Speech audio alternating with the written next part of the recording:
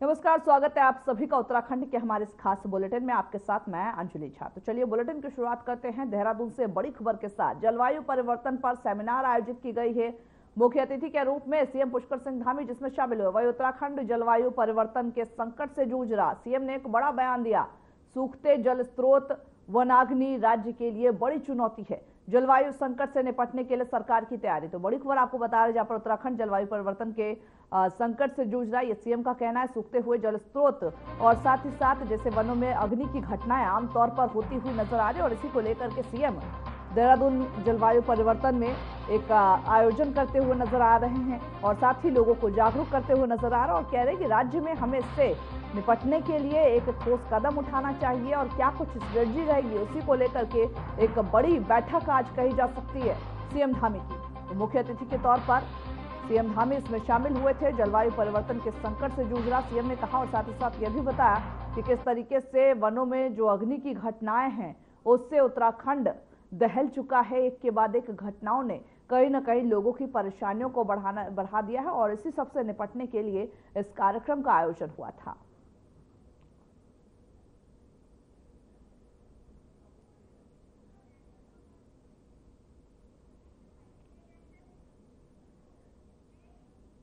वही देहरादून में जलवायु परिवर्तन और नवीनीकरणीय ऊर्जा चुनौतियों और समाधान विषय पर चर्चा आयोजित किया गया है, जहां पर इसी विषय पर संगोष्ठी में सम्मिलित होकर के सीएम धामी ने अपना संबोधन किया है। क्या कुछ कहा है, चलिए आपको सुनाते हैं। तो जहां सीएम धामी आज पहुंचे थे और साथ ही साथ जलवायु परिवर्तन में किस तरीके से उत्तराखंड जूझ रहा है उसी को लेकर के बातचीत करते हुए नजर आए, उसी को लेकर के जो चुनौतियां हैं उस पर करते हुए नजर आए। वही सीएम ने चुनौती और समाधान पर भी बात की। जलवायु संकट से किस तरीके से देहरादून जो रहा है वो भी कहा। वही साथ ही हिमालय से जुड़े हुए कई मुद्दों पर भी बात की जिनमें क्लाइमेट चेंज पर सेमिनार का आयोजन किया गया था।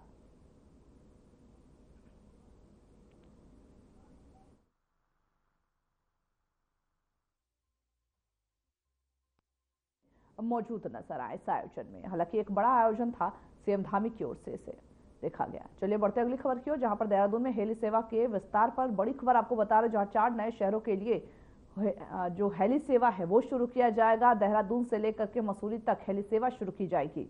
हल्द्वानी से बागेश्वर के लिए हेली सेवा शुरू की गई है। बड़ी खबर आपको बता रहे जहां पर लगातार हेली सेवा जो है वो शुरू किया गया। 4 नए शहरों के लिए अब ये हेली सेवा शुरू किया गया, जिससे कहीं ना कहीं जो लोग हैं उनको राहत जरूर मिलने वाले। हल्द्वानी से बागेश्वर के लिए हेली सेवा शुरू की गई है। वहीं देहरादून से लेकर मसूरी तक के लिए तो कहीं ना कहीं पर्यटन तो बढ़ रहा है उत्तराखंड में और उसी के साथ पर्यटकों को किसी तरीके की कोई परेशानी ना हो, इसी के मद्देनजर उत्तराखंड सरकार एक के बाद एक काम करते हुए नजर आ रहा है और इसी को लेकर हेली सेवा शुरू किया गया है, जिनमें हल्द्वानी से बागेश्वर जाने वाले जो लोग हैं उनको भी दिक्कत ना हो, वही मसूरी जाने वाले जो लोग हैं उनका यात्रा सुगम और सफल हो सके।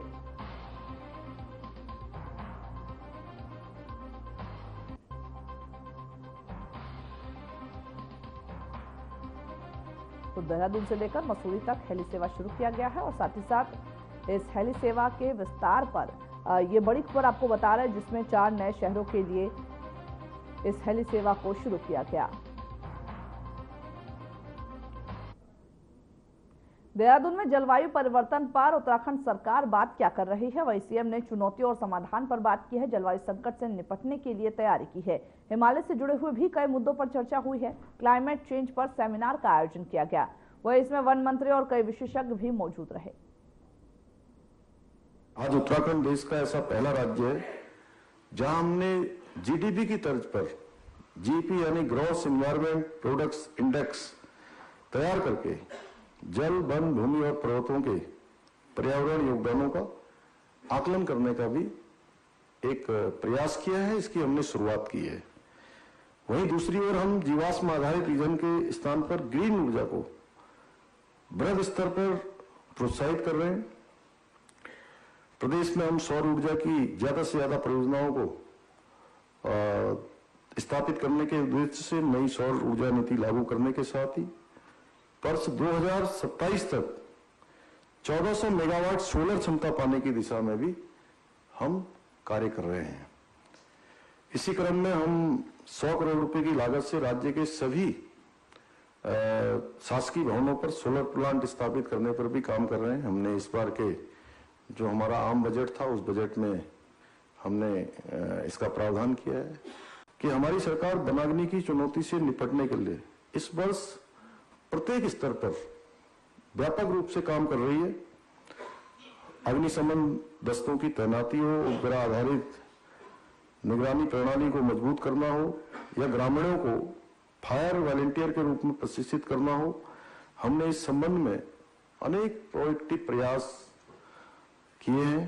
परंतु हमें इस लड़ाई को जीतने के लिए उत्तराखंड के आम जनमानस की, विशेष रूप से हमारे युवाओं की, नौजवानों की आवश्यकता है।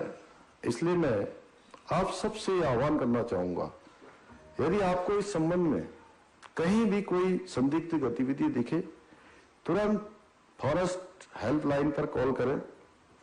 पिकनिक के दौरान जो लोग जाते हैं उनसे भी मैं अनुरोध करूंगा कि वो आग न लगाएं, दूसरों को भी समझाएं। इसके साथ ही गांव में जो वन रक्षा समिति है वो वन रक्षा समितियां भी बनाएं। वह शहर में होने वाली किसी भी आपराधिक वारदात को खोलने की में सीसीटीवी कैमरे अपनी अहम भूमिका निभाते हैं, लेकिन ऋषिकेश में पुलिस के पास सीसीटीवी कैमरों की काफी कमी देखी गई और इसी समस्या का संज्ञान लेकर के कैबिनेट मंत्री प्रेमचंद अग्रवाल ने एक बड़ा फैसला लिया। उन्होंने विधायक निधि से सीसीटीवी कैमरे ऋषिकेश और जो आसपास के इलाके हैं उसमें लगाने का फैसला किया। सीसीटीवी कैमरों की खरीद और पुरानी जो कैमरे हैं उसको रिपेयर कराने के लिए कैबिनेट मंत्री प्रेमचंद अग्रवाल ने विधायक निधि से 10 लाख रुपए देने की घोषणा की। कैबिनेट मंत्री ने बताया कि पुलिस को सीसीटीवी कैमरों की कमी नहीं होने दी जाएगी। पर्यटन सीजन और 4 धाम यात्रा जल्द ही शुरू होने वाले हैं। वहीं प्रयास ये रहेगा कि यात्रा शुरू होने से पहले पुलिस को रकम उपलब्ध करा दिया जाए, जैसे कि समय पर कैमरों की खरीद कर शहर में लगाया जा सके। हालांकि एक अहम भूमिका इसलिए निभाते हैं सीसीटीवी कैमरे, क्योंकि जब भी अगर कोई वारदात होती है, चोरी से लेकर के एक्सीडेंट तक, उसमें सीसीटीवी कैमरों के आधार पर ही पूरे वारदात की पोल खोल होती है।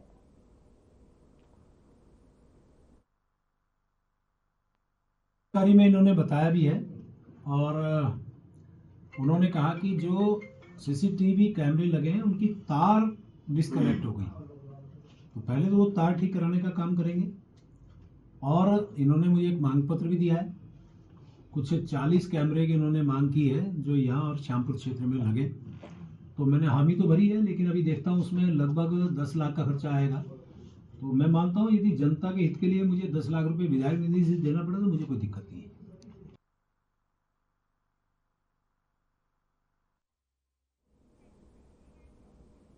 वो उत्तराखंड में 4 धाम यात्रा शुरू होने वाली है, जिसको लेकर के तैयारियां भी तेज कर ली गई है। इसको लेकर के मुख्यमंत्री पुष्कर सिंह धामी ने अधिकारियों के साथ सचिवालय में बैठक की।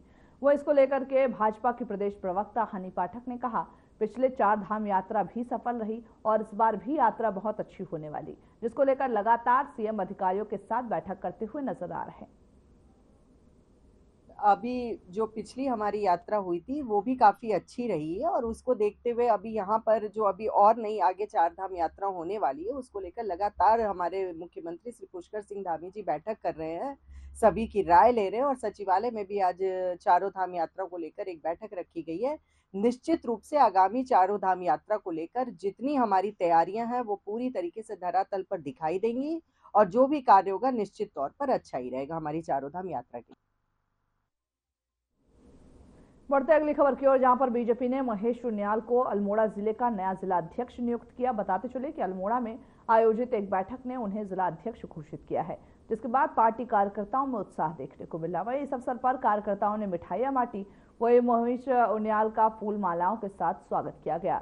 नवनियुक्त जिला अध्यक्ष महेश उनियाल ने कहा कि वे सरकार और संगठन के बीच सामंजस्य बनाते हुए कार्य करेंगे। भाजपा को और मजबूत करने के लिए वो पूरी निष्ठा के साथ काम करेंगे।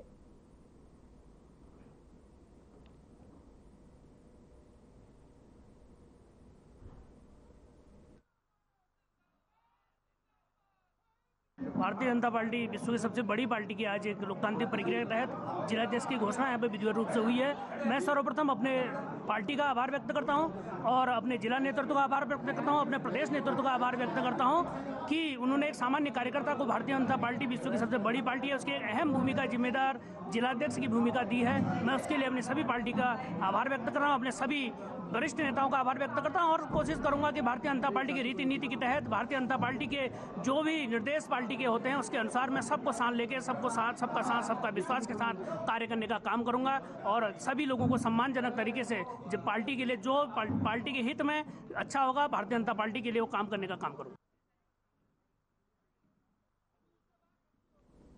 वहीं उत्तराखंड के वन विभाग में इन दिनों एक बड़ा विवाद सामने आया है। विभागीय अधिकारियों की लापरवाही के चलते कैंपा परियोजना के बजट के दुरुपयोग का मामला प्रकाश में आया। आरोप है कि अधिकारियों ने इस बजट का इस्तेमाल आईफोन खरीदने और निजी कार्यों में किया है। वो इस मामले को गंभीरता से देखते हुए वन मंत्री सुबोध उनियाल ने जांच की पुष्टि की। मंत्री ने कहा कि 13 IAFS अधिकारियों को नोटिस भेजे गए हैं और जांच भी चल रही है। दोषियों के खिलाफ कड़ी कार्रवाई की जाएगी।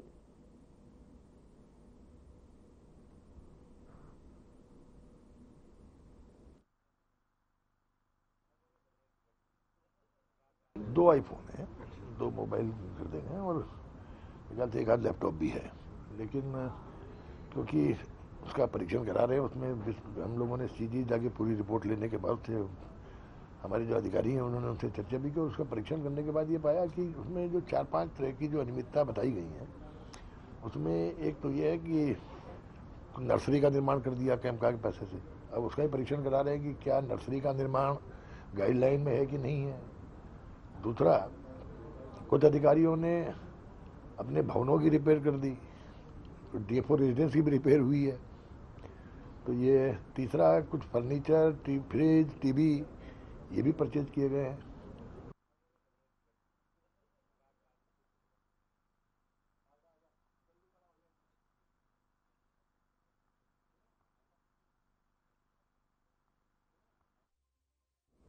वहीं हरिद्वार के पूर्व विधायक कुंवर प्रणव सिंह चैंपियन को एक बार फिर से कोर्ट से बड़ा झटका लगा। अदालत ने उनकी जमानत याचिका खारिज कर दी, जिससे अब उनकी होली जेल में ही कटेगी। सुनवाई के दौरान कोर्ट ने उनकी न्यायिक हिरासत को 18 मार्च तक के लिए बढ़ा दिया है, जिसमें उनकी रिहाई की जो उम्मीदें हैं उसको एक और बड़ा झटका लगा। साथ ही साथ आपको यह भी बताते चले कि चैंपियन को 27 जनवरी को जेल भेजा गया था और उनके खिलाफ कई ऐसे मामले हैं जो पहले से जानलेवा हमले की धारा लगाई गई थी, जिसके बाद में गैर इरादतन हत्या के प्रयास में उसे बदल दिया गया। कोर्ट ने उन्हें जमानत देने से इनकार कर दिया और अब उन्हें कम से कम 21 मार्च तक जेल में ही रहना होगा। चैंपियन की जमानत याचिका खारिज होने के बाद उनके समर्थकों में मायूसी का माहौल है।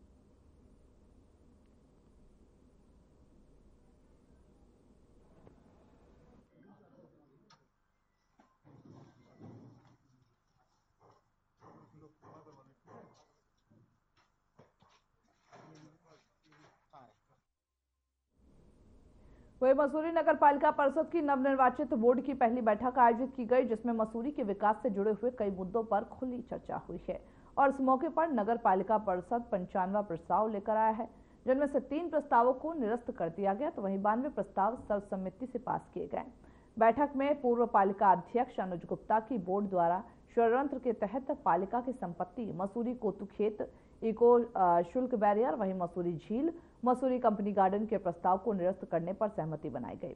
प्रस्ताव को पालिका प्रशासन से निरस्त करने के बाद मंजूरी के लिए जहां शासन को भेजा जाएगा, तो वहीं मसूरी में पर्यावरण मित्रों को 500 रुपए 1 फरवरी से दिए जाने को लेकर के भी फैसला लिया गया।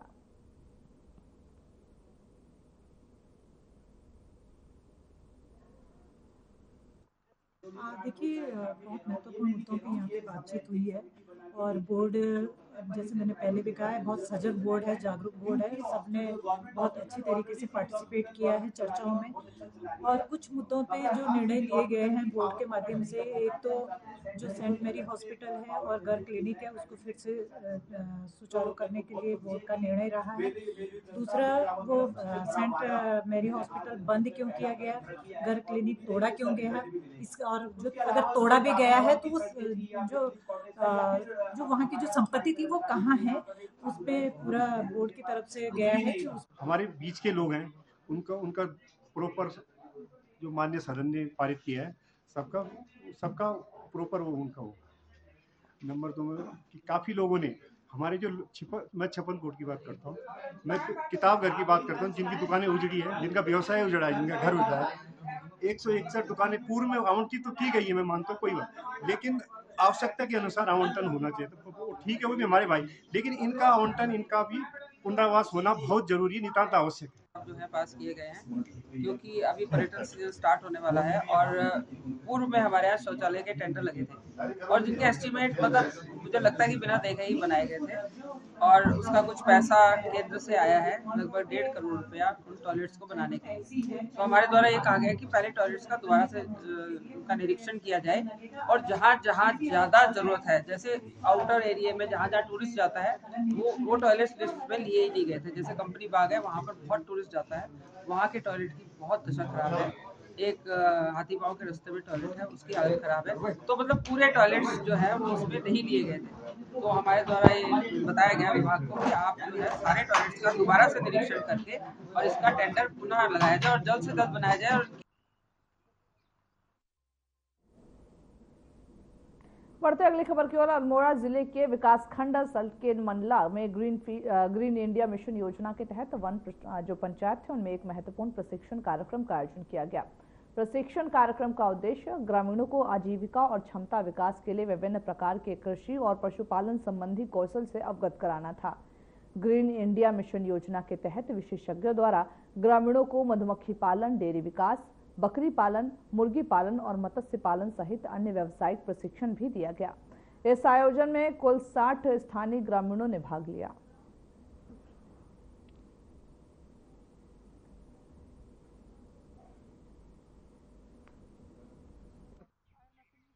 यहाँ पे अतिरिक्त भूमि संरक्षण वन प्रभाग रामनगर में ग्रीन इंडिया मिशन चल रहा है, जो कि भारत सरकार द्वारा वित्त पोषित है।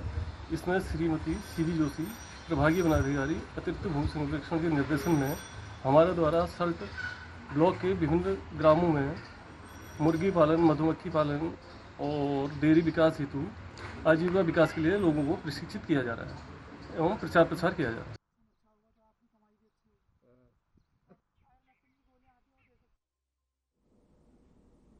हरिद्वार में एसएसपी के निर्देश पर रानीपुर पुलिस और एटीएफ संयुक्त की जो कार्रवाई हुई है, वही पुलिस ने 10 किलो गांजा के साथ एक महिला समेत 2 तस्करों को गिरफ्तार किया। आरोपियों के पास से तस्करी में इस्तेमाल की जाने वाली बाइक और गांजा बेचकर कमाए गए जो 1100 रुपए है वो भी जब्त किए गए। वही यह कार्रवाई मुख्यमंत्री के ड्रग्स फ्री देवभूमि मिशन के तहत की गई। यह कार्रवाई मुख्यमंत्री के दिशा निर्देशों और प्रदेश में ड्रग्स के खिलाफ चलाए जा रहे अभियान का हिस्सा है, जिसका उद्देश्य उत्तराखंड को नशे से मुक्त करना है।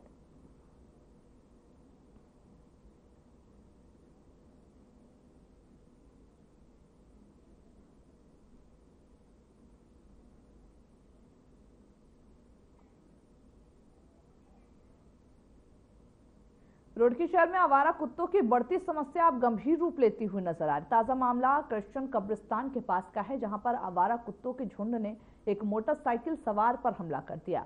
इस हमले में युवक गंभीर रूप से घायल हो गया है। वहीं स्थानीय लोगों ने तत्परता दिखाते हुए उसे अस्पताल पहुंचाया, जहां चिकित्सकों ने उसके चेहरे पर गंभीर चोट आने की पुष्टि की है। प्रत्यक्षदर्शी कर्मजीत खोखर और अन्य स्थानीय निवासियों ने यह बताया है कि हाल ही के दिनों में शहर भर में कुत्तों का जो आतंक है वो बढ़ता हुआ नजर आया। कई इलाकों में ये कुत्ते राहगीरों और दोपहिया वाहन चालकों को झपटने में लगे रहते हैं।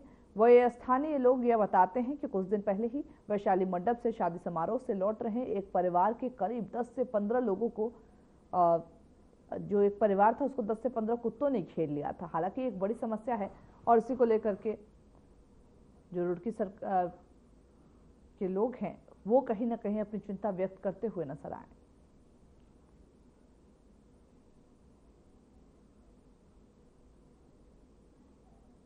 है तो उल्टे हाथ पे ईसाइयों का मूर्त काट पड़ता है। ये वहां की घटना है।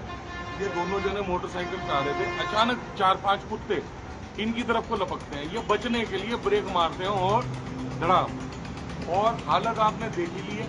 और ये कोई पहला इंसिडेंट नहीं है, ऐसे लगभग 20 हो चुके। कई मुद्दे मैं उठा चुका, पूर्व मेयर गौरव गोयल और अपना MNA, इनके अगेंस्ट भी मैंने विधायक समेत FIR की वो दी थी, थाने में तहरीर दी थी कि कुत्तों को कुछ कराओ, कोई हल नहीं निकला।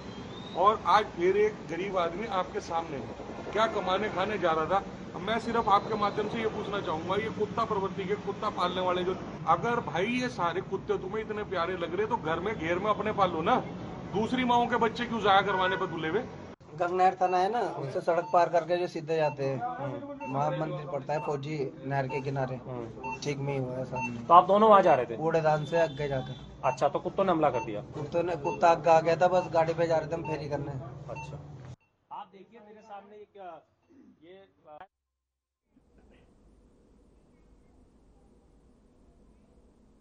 हरिद्वार एसएसपी प्रमेंद्र सिंह डोभाल की अध्यक्षता में जिला पुलिस मुख्यालय में अपराध गोष्ठी का आयोजन किया गया। इस बैठक में जिले में हुए जघन्य अपराधों के अनावरण पर चर्चा की गई और आगामी त्योहारों जैसे होली, ईद और रमजान को शांतिपूर्वक संपन्न कराने के लिए पुलिस को निर्देशित किया गया। वह एसएसपी ने थाना प्रभारियों को चेतावनी देते हुए कहा कि लॉ एंड ऑर्डर में किसी भी तरह की कोई लापरवाही नहीं होगी और अगर होगी तो उस पर कड़ी कार्रवाई की जाएगी। वही गोष्ठी में चारधाम यात्रा की तैयारियां, साइबर सेल की कार्यप्रणाली और गैंगस्टर मामलों की मॉनिटरिंग पर भी विशेष जोर दिया गया।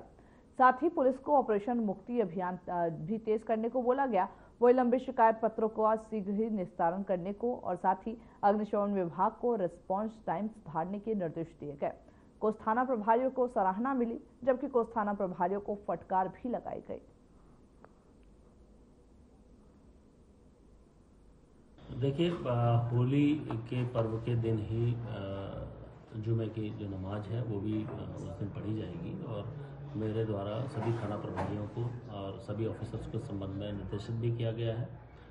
हरिद्वार क्योंकि मिश्रित आबादी भी यहाँ पर काफ़ी बड़ी संख्या में रहती है और ऐसे क्षेत्र में जहाँ पर दोनों ही जो इवेंट्स हैं वो होने हैं, तो जो भी हमारे सेंसिटिव इलाके हैं वहाँ पर पर्याप्त पुलिस बल दिया गया है। वहाँ के जो सम्मानित लोग हैं उनके साथ ऑलरेडी हम लोगों के स्तर से मीटिंग की जा रही है, मीटिंग की गई है।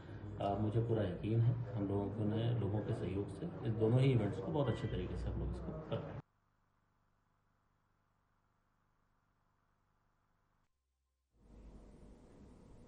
उत्तराखंड में बीजेपी जिला अध्यक्षों के नामों का इंतजार खत्म हो गया है। बीजेपी ने प्रदेश के सभी 19 संगठनात्मक जिलों के जिला अध्यक्षों के नामों की घोषणा की। इस सूची में कई पुराने चेहरे दोबारा अपनी कुर्सी पर लौटते हुए नजर आए। वही चमोली जिले के गजपाल बर्तवाल को बीजेपी ने जिला अध्यक्ष नियुक्त किया। इस मौके पर गजपाल बर्तवाल ने कहा कि वे पार्टी को और मजबूत करेंगे। आगामी पंचायत चुनाव में बीजेपी को चमोली जिले से जीत दिलाने का काम करेंगे।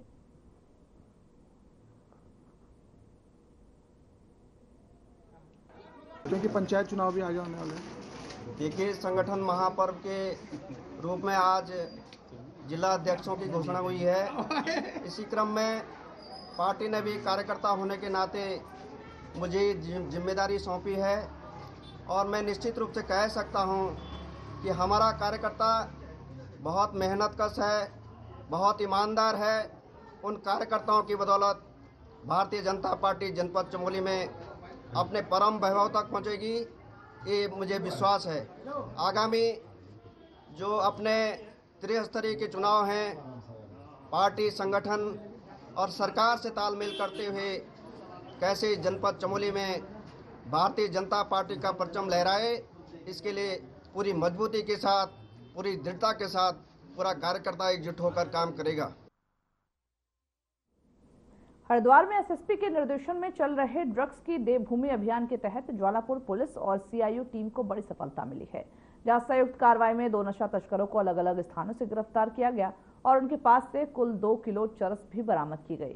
साथ ही तस्करी में प्रयुक्त स्कूटी भी जब्त की गई। पुलिस ने आरोपी अफजाल और आजाद को नेहरू युवा केंद्र के पास से चरस के साथ पकड़ा।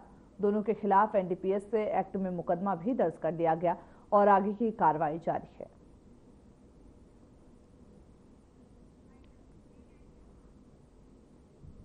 तो चलिए, खबरों के हमारे इस बुलेटिन में बस इतना ही। मुझे दीजिए इजाजत। नमस्कार।